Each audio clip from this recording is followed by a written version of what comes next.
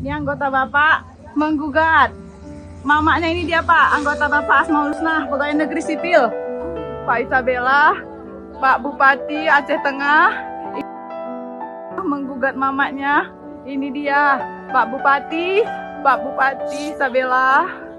Ini ya Pak Bupati Aceh Tengah, ini anggota Bapak Asmaul Husna Pak, menggugat rumah mama saya.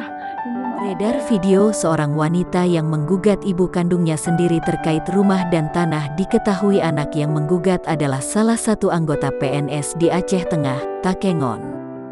Dari keterangan video, wanita yang diketahui berinisial A ini menggugat ibunya dan adiknya untuk meninggalkan rumah yang mereka tempati. Tampak ibu tergugat mengadahkan tangan dalam video tersebut.